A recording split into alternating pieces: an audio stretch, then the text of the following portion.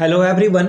मैं मिथुन सिंह स्वागत करता हूं आप सभी का। आशा करता हूं आप सभी बहुत अच्छे होंगे। सुप्रीम कोर्ट के सुनवाई में आज क्या क्या खबर आई है उसके बारे में बात करेंगे और जेटेड वर्सेस सीटेड के केस में किसको एज मिलता हुआ दिख रहा है। एज मिलने का मतलब ये हो गया कि कौन जीत रहा है यहाँ पे, उसके बारे में हम लोग चर्चा करेंगे। देखिए, जिनके पास समय की कमी है वो बिल्कुल वीडियो छोड़कर वापस जा सकते हैं। मैं बिल्कुल डिटेल में जो है सारी इन्फॉर्मेशन आपको दूंगा। जिनको मेरी बात पसंद आती है तो वो पूरी वीडियो देखें, जिनको पसंद नहीं आती है वो वापस जा सकते हैं। जहां पे आपको 1 या 30 सेकंड में जो इन्फॉर्मेशन दे दी जाएगी सुप्रीम कोर्ट के जो सुनवाई हुई है उसमें, और जो डिस्कशन हुआ है वो आपको अगर कोई 1 से 2 मिनट में ब्रीफिंग में समझा रहा है तो प्लीज वहां से जाकर आप देख सकते हैं। मैं आपको डिटेल में सारी जानकारी जो है धीरे धीरे हौले हौले समझा कर दूंगा।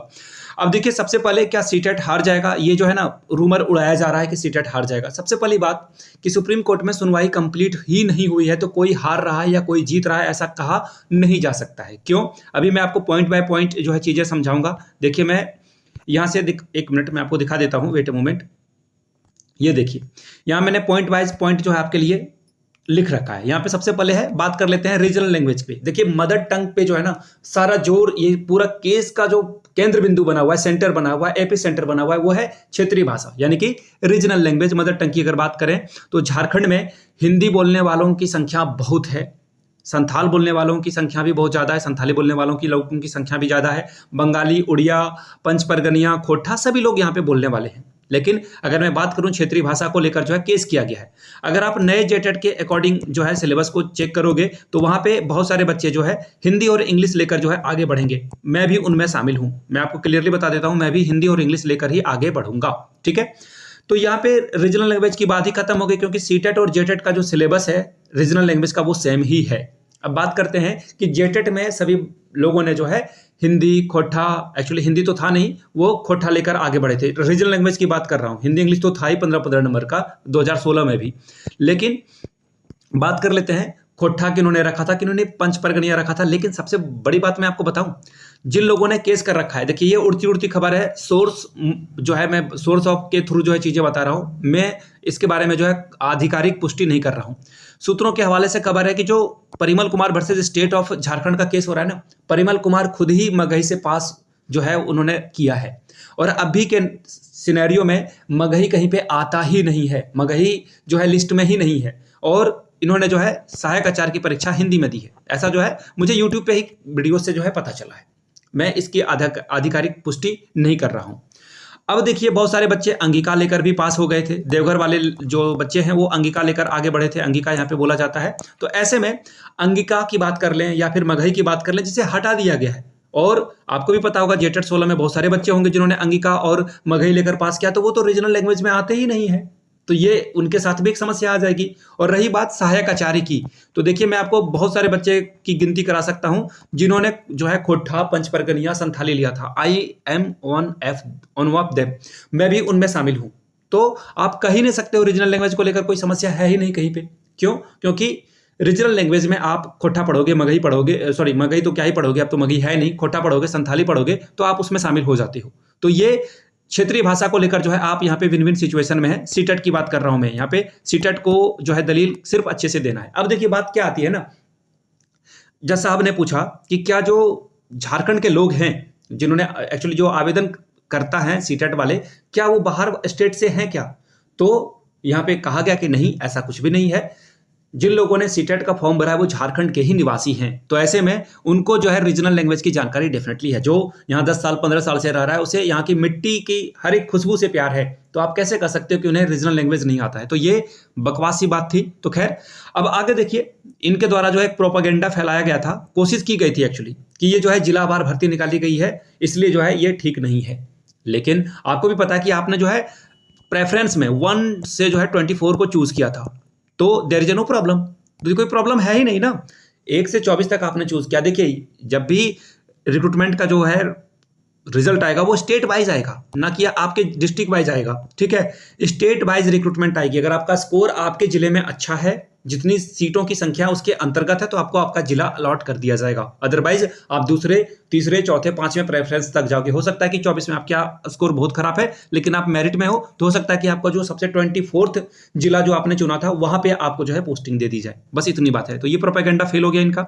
अब आगे देखिए, इनका कहना था कि झारखंड में जो है सीटेट को वैलिड करने के लिए जो स्टेट गवर्नमेंट रूल बना रही है वो बना ही नहीं सकती है। एनसीटी का जो है गाइडलाइन के पहले रूल के अकॉर्डिंग जो है केंद्र सरकार जो है इस पे रूल बनाएगी। बहुत अच्छी बात है। तो सुप्रीम कोर्ट के जज साहब ने ही कहा कि भैया रूल नंबर 2 भी तो पढ़ लो। रूल नंबर 2 भी आप पढ़ सकते हो, उसमें स्पष्ट रूप से लिख रखा है कि झारखंड के झारखंड तो नहीं, पूरे स्टेट में जिन जिन जगह पे सरकार है, अगर वो अपने यहाँ क्षेत्रीय भाषा या फिर क्षेत्रीय अपना ही सीटेट या फिर जो भी अपना टेट परीक्षा वो अगर नहीं कंडक्ट करा पाती है तो वो सीटेट को वैलिडिटी दे सकती है।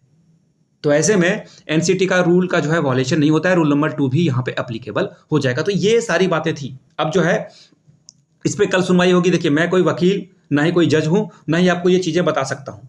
मैंने बिल्कुल जो सुनवाई चली थी ना, आज जो कोर्ट केस का जो सारी सुनवाई चल रही थी, मैंने पूरे सुनवाई को अच्छे से ध्यान से सुना, पढ़ा, समझा और रिसर्च करा। उसके बाद मैंने ये आपको जो है शॉर्ट में सारी पॉइंट को समझाने की कोशिश करी है। यहाँ से आप जो है चीज़ों को समझ सकते हो। तो अब जो है इस पर जो भी बातें आएगी, जो भी बातें जो है डोमेन में आएगी, उसके अकॉर्डिंग जो है चीज़ें चलेगी। अब मैं आपको एक और बात दिखा देता हूँ। यहाँ से देखिए, Parimal Kumar versus state of Jharkhand में जो है अब जो अगली सुनवाई है, एक्चुअली 10 सितंबर को सुनवाई पूरी नहीं हुई है, सिर्फ जेटेट के वकीलों के द्वारा जो है दलील दी गई थी। अब जो है हम लोग कल दलील देंगे, यानी कि सीटेट वाले कैंडिडेट जो है, जो वकील हैं या फिर उनके जो पक्षकार हैं, वो वहाँ पे अपनी बात को रखेंगे। यानी कि कल फिर से हम लोगों की सुनवाई होने वाली है। कब?